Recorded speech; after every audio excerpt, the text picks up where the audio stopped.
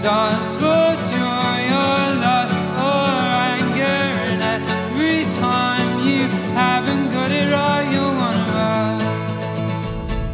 Welcome to Sensible Secondhand Reviews, the series where we look at practical and sensible cars which you can buy for a budget of between £1,000 and £5,000. This is a 2018 Toyota RAV4 Mark IV 2.5 VVTi Hybrid XL. But is it any good? Should you care? Let's find out, shall we?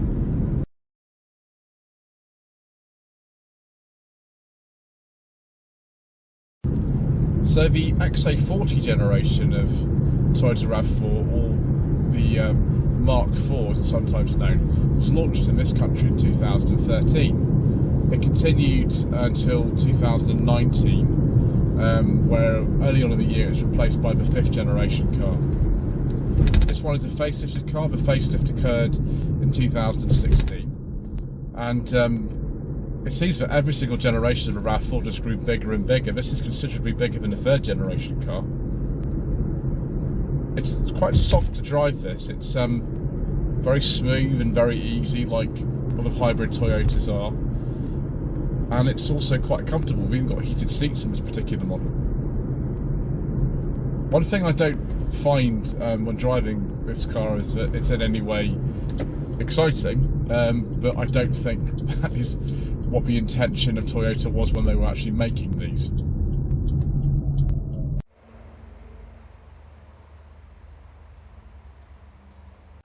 So Toyota say that this will do 0 to 60 in 8 seconds. We put it in sport mode and see what happens. So we've lots and lots of noise into the power mode, up and up and up to the power mode, high revs. It's not really going as fast as I'd expect. Maybe I need to put the gearbox in sport mode as well. Actually, we'll just put it back into EV mode. It's probably a bit happier like that. Oh, EV mode unavailable. Well, let's go for Eco then. Go back in Eco mode. This is not a sports car at all. I mean, we have got like a manual mode for the gearbox. Put it in sport. I mean, does that really do anything? Yeah, it does actually. But the Eco dial, which is on the screen, is not particularly happy at the moment. Just be swinging around to power, which is going to harm my fuel economy. Apparently we're in 4th gear at the moment. Do we have an ability to change down? Yeah, 3rd, then we can go to 5th. How many ratios do we have? Or I should say simulated ratios in this car. We have 6 simulated ratios, excellent. Main feeling I get when driving this car though is of just it's comfortable, the suspension is quite soft, handles absolutely fine. It's better than something like an MGHS, for example. I've just driven one of those, I can tell you about that. But it's not designed for sort of sporty driving this at all. It's more designed for sort of comfort, and in this case trying to eke out the most economy from the fuel that you've put in. And yeah, it's nice and quiet. Do we have any EV mode?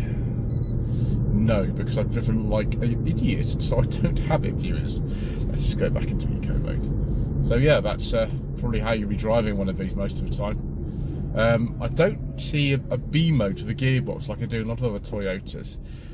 It seems to be very similar in character to the Mitsubishi Outlander plug-in hybrid.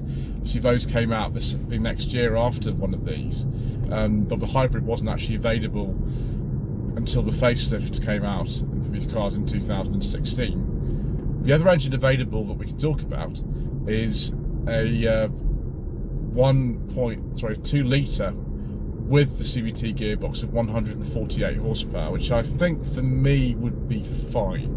I'm not particularly sure that I would want to pay the price premium for this hybrid version with a 2.5 litre and 194 horsepower. Just spend the extra money on fuel and buy the 2 litre. There are also some diesels available, but as usual, due to controversial government legislation and all kinds of other reasons, we don't talk about diesels on this channel. So just driving around town, my EV mode is ready. Yes.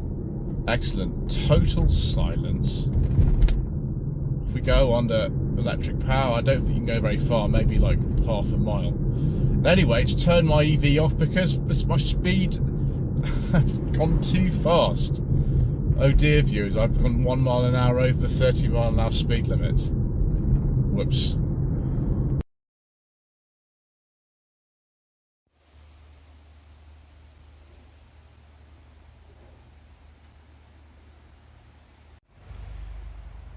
So this is a very late 4th generation RAV4. This is dates from 2018. Facelifted ones, in my opinion, do look an awful lot better than the pre-facelift ones. This is the hybrid model, so you do lose a bit of boot space. Still adequate for most people's needs, I think. The XL trim with all kinds of things like leather seats and electric seats. One thing I don't like is these black wheels, but I don't like that on most cars, to be honest. Very much the sort of Toyota design language of the time, with this sort of grille and the arrangement of the headlamps and the blue badge indicating it's a hybrid. Just had some number plates on this car. I don't know why that one's mounted so high up, but there we go. I think it looks okay. It's nothing particularly exciting, is it? But it's fine.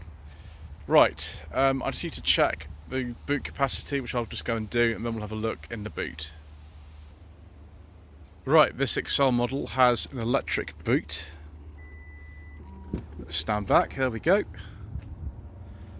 Found somewhere sensible to put the dealer plate for once. Someone's also got some options in here. We've got this boot liner, we have this luggage net thing, which is unusual. So 501 litres this is. The normal boot on the petrol model would be 547 litres. So see if we lift this up, if we can see the batteries and things like that. Oh, not only can we not see the batteries, we've got an actual spare wheel. My goodness me, viewers.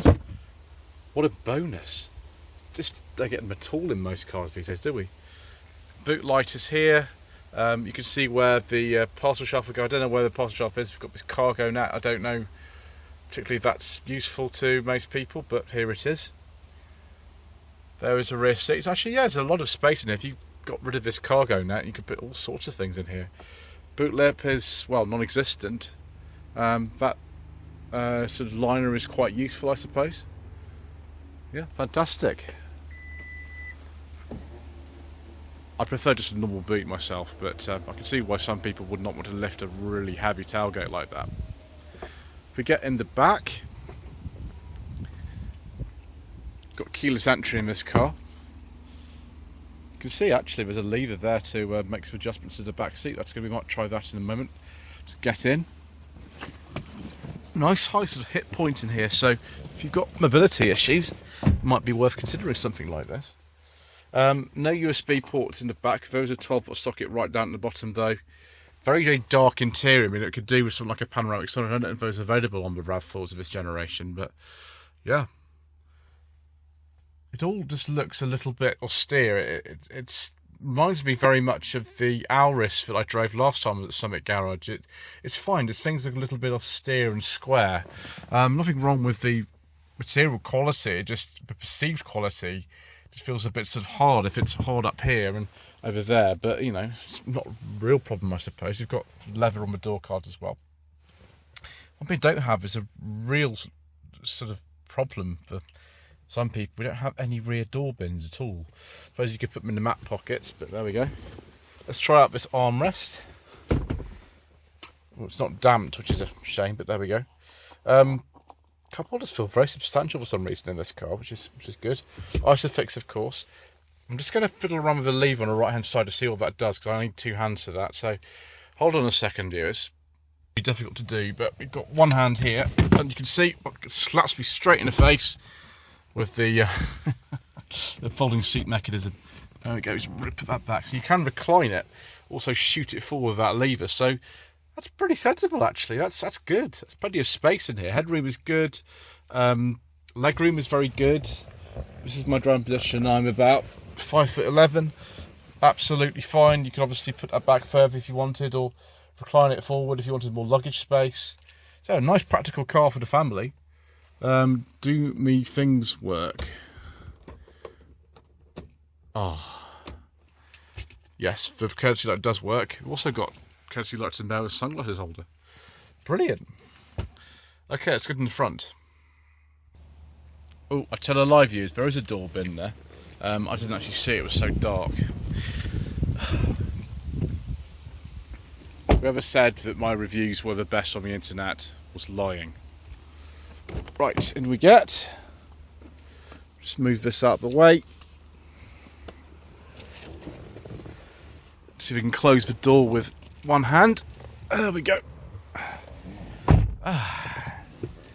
Right, oh gosh, all sorts of electric excitement. We've got memory seats, we've got power folding mirrors, electric windows, auto function on the driver's one. We've got lane keeping assistance down there. There's the weather turning on and off, cruise control, typical Toyota. Just put this sort of really random little stalk there.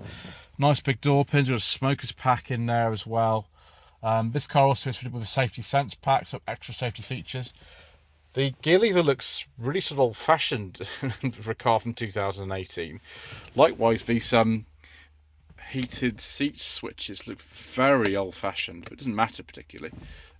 Just a comment. Then we've got aux in and USB. Brilliant. I don't think we've got Apple CarPlay or Android Auto on this car. I think you had to have the current generation for that. So this is where you select the modes. We've got Sport, Eco mode and EV mode for the hybrid system. Also got electric tailgate release here. Automatic lights, automatic wipers. All the controls on the steering. We've got 2 dials there.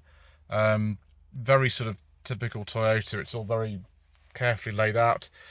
And someone's very, very thoughtfully put the air conditioning controls right high up where you can see them. You don't have to fiddle around to find them, which is fantastic.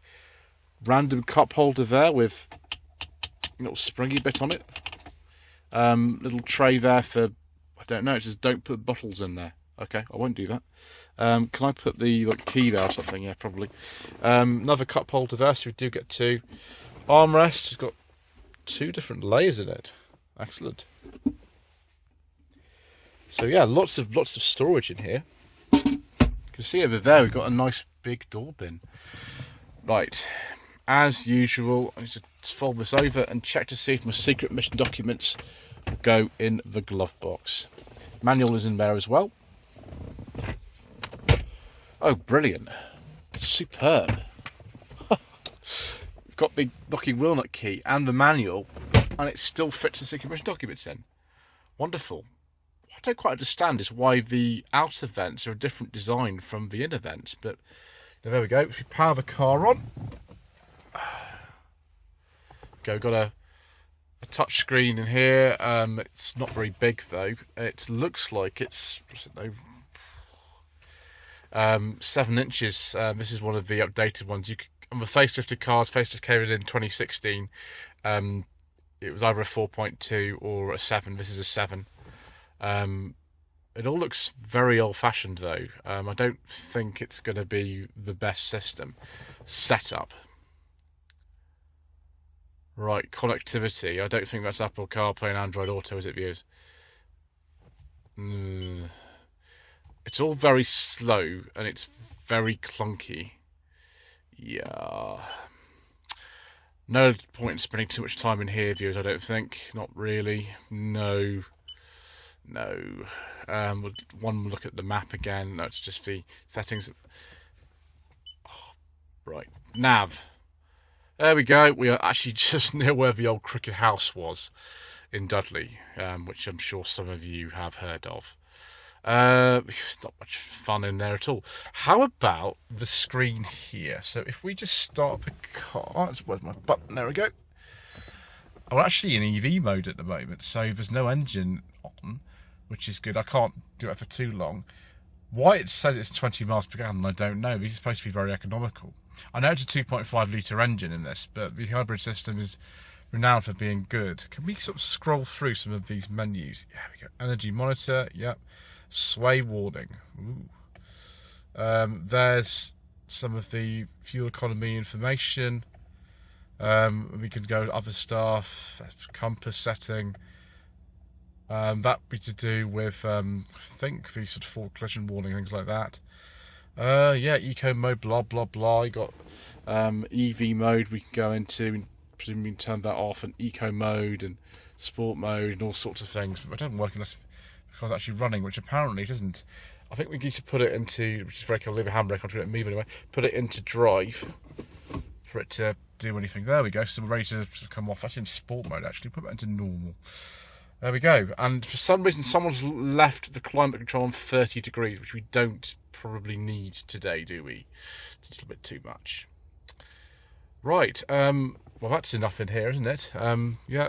Hard dash for some reason. That's a bit of a disappointment. Some of you might be bothered about that, but that does bother me for some reason, because I'm a very strange person. Okay, let's put back in park and go and have a look at the engine. Oh yes, the good old Toyota hybrid synergy drive. It's a 2.5 litre 4-cylinder engine, this one, which generates 194 horsepower. It's combined with a CVT gearbox. In fact, the petrol RAV4 in this country also only came with a CVT. There was no manual petrol option for this generation at all. It looks rather complicated under here. I imagine actually it's okay. I mean, Toyotas generally with the hybrid systems are very, very reliable and very efficient, but it does scare me a little bit, in all this stuff. I mean, you could just go for the normal 2 litre petrol actually, which would probably be fine.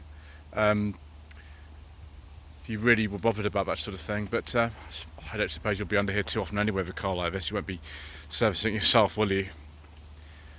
Right, let's go out for another drive, shall we, viewers?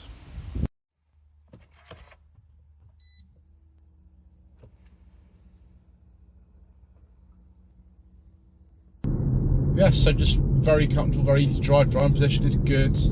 Controls feel nice, and particularly I like, as I've mentioned before, this panel here with the heating and ventilation so close to hand.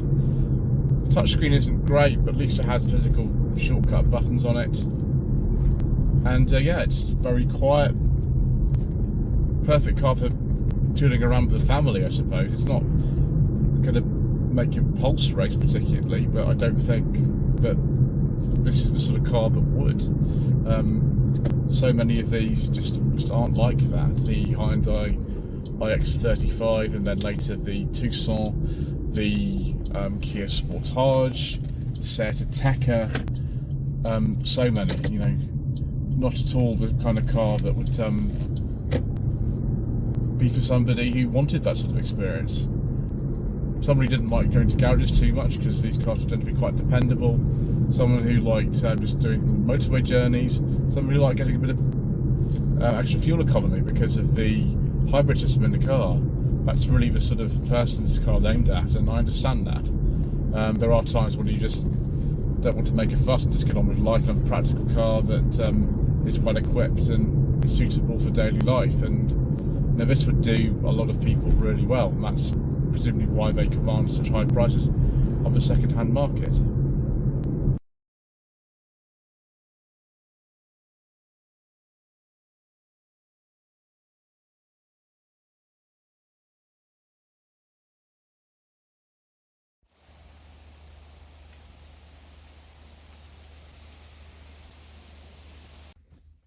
So viewers, let's look at some Mark IV Toyota RAV4 trim levels.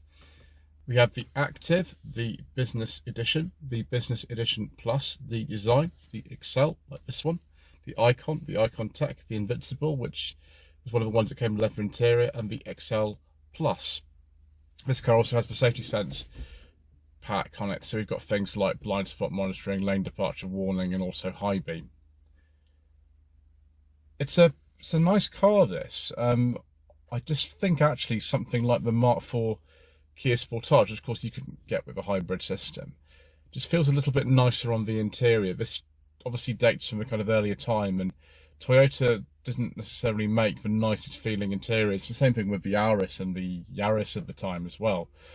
perfectly high quality, not going to break or anything. It's a perceived quality, which perhaps would mean that like you would feel that this is a little bit expensive, this car. You can buy them a very early one of these, not the hybrid of course, but an early one, pre-facelift, for under £5,000 now. So they are becoming a bit more affordable, but they do hold their value quite well. And yeah, they're generally quite dependable cars. Anyway, thank you ever so much indeed once again for watching. Please don't forget to subscribe to the channel, like this video, leave a comment below, and we shall see you again soon for some more reasonably priced motoring.